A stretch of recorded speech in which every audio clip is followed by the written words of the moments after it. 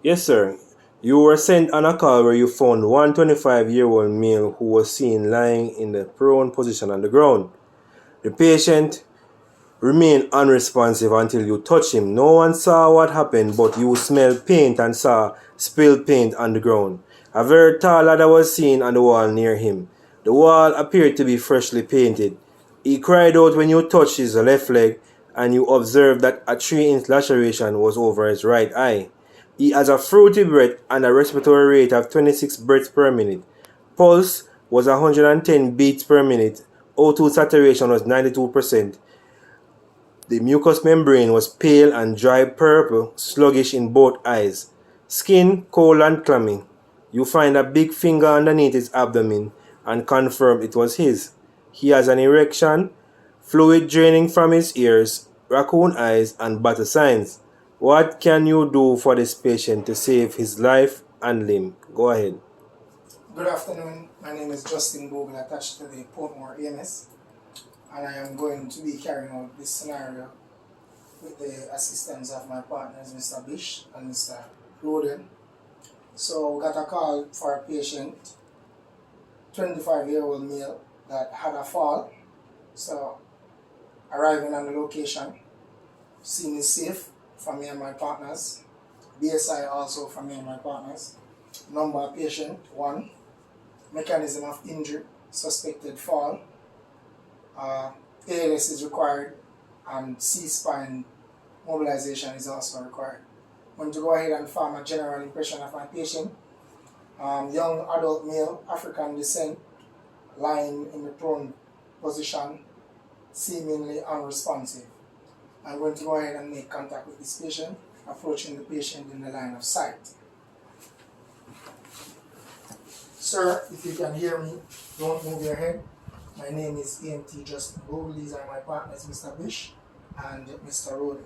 Mr. Roden, could you come and control C-spine for me, please?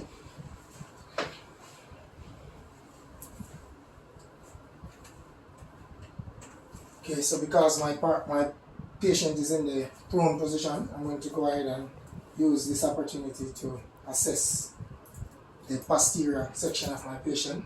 So I'm going to palpate the spinal column. Patient groans upon touching the patient. So I notice that there are deformities to both the cervical spine and the lower lumbar. I'm going to go ahead and auscultate patient's lungs posterior.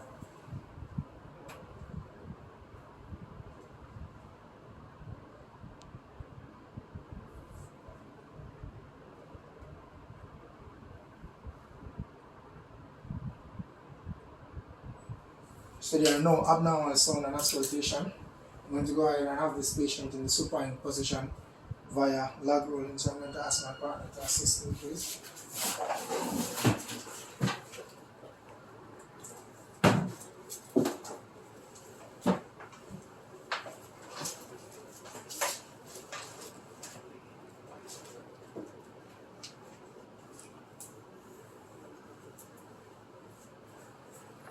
I'm going to contact the person at the head of the log roll station.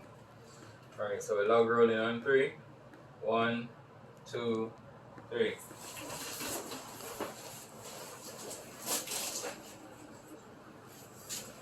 Alright, can you go ahead and give me a draft response over to the airway for me, please?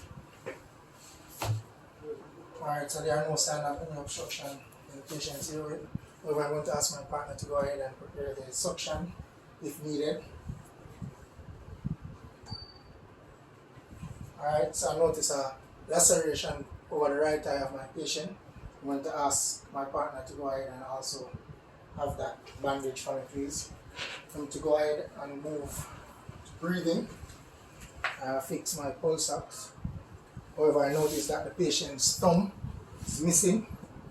I'm searching the air and I notice the thumb is still present. So I'm going to also ask my partner to go ahead and secure the thumb and a sterile gauze and bandage the wound for me, please.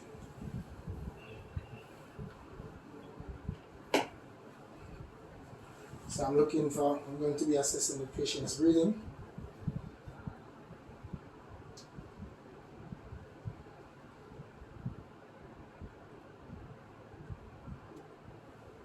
So my patient is breathing at 26 breaths per minute. There is good chest rise bilaterally. There are no sign of axillary muscle use. So I'm going to go ahead and have listen to this patient's lungs via auscultation because there are no abnormal sound without auscultation.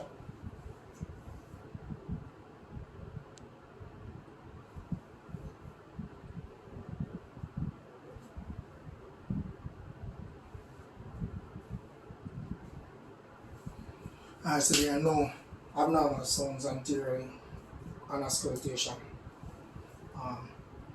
Checking the oxygen saturation, it is at 92% on room air. So I asked my partner to assemble the oxygen cylinder with the non-rebreathable mask at a flow rate of 10 liters per minute. I'm going to go ahead and move to circulation. So I'll be checking the patient's radial pulse bilaterally.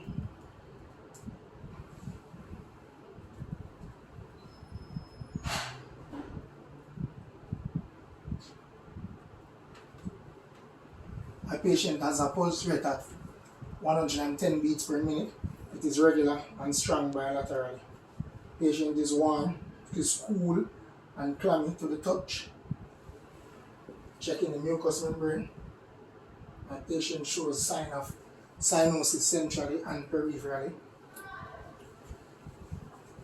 I'm going to go ahead and check my patient's temperature.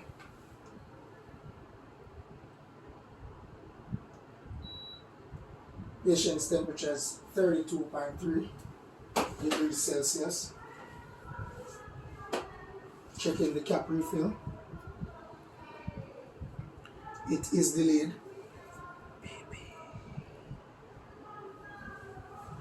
However, I'm going to go ahead and do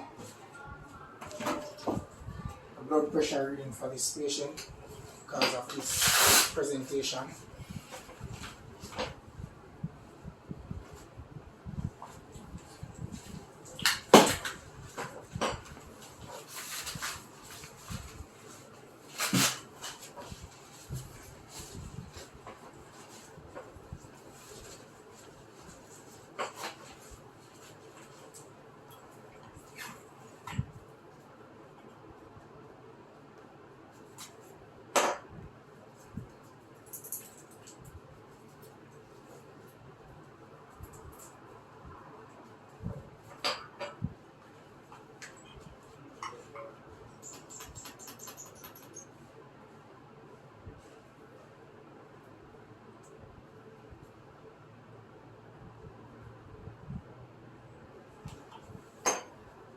Alright, so this patient has a BP of 80/44.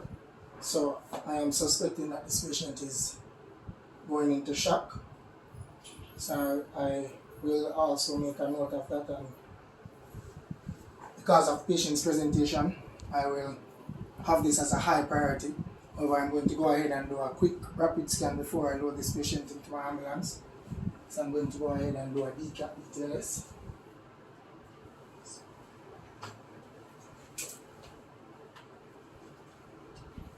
Looking in the ear and mouth and nostrils. Wherever I can see fluid coming from the ear.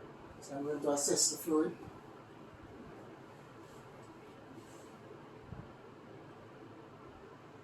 Fluid appears to be blood, so I'll make a note of that.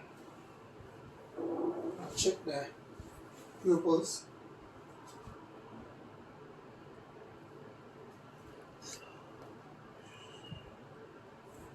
The pupils are not pearl, and raccoon eyes are present in both eyes. So I'm going to go right ahead and check the neck for jugular vein distension and trachea deviation. And none. So I'm going to measure proper the size of C-collar to protect this patient's cervical spine.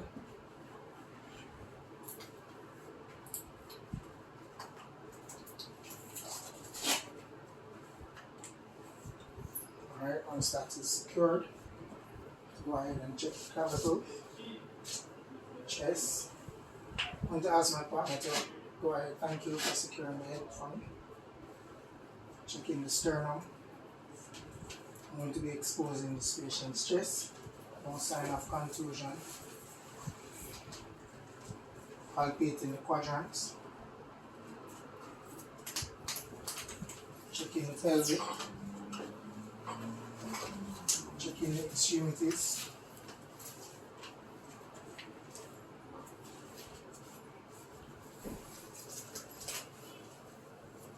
Okay, I'm going to be exposing.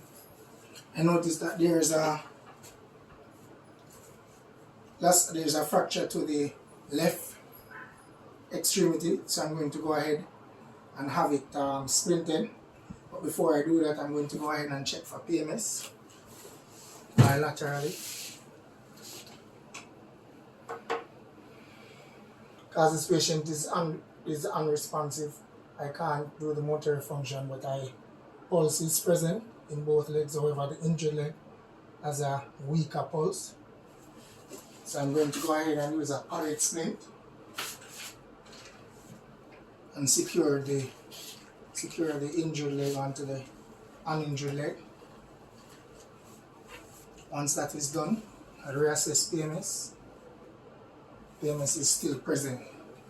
However, I notice an erection on this patient, which is consistent with injuries to his cervical spine, particularly the lower lumbar, and based on the patient's blood pressure reading and presentation, I suspect that this patient is going into shock. So I'll be taking shock management or treating this patient for shock. I'll do so by the use of a blanket.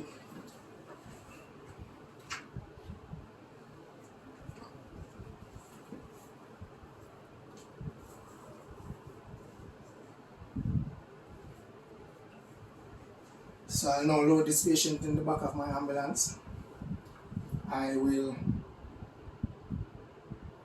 do a GMR on this patient because of the fruity scent that was noticed during the assessment of his airway. A GMR reading of 30 deciliters per millimolar was the reading. So I suspect that this patient is a diabetic patient. I will continue to reassess this patient every 5 minutes based on this patient's presentation.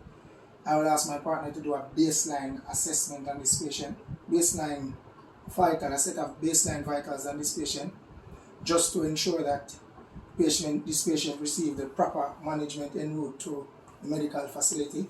So I will be requiring ABCs again,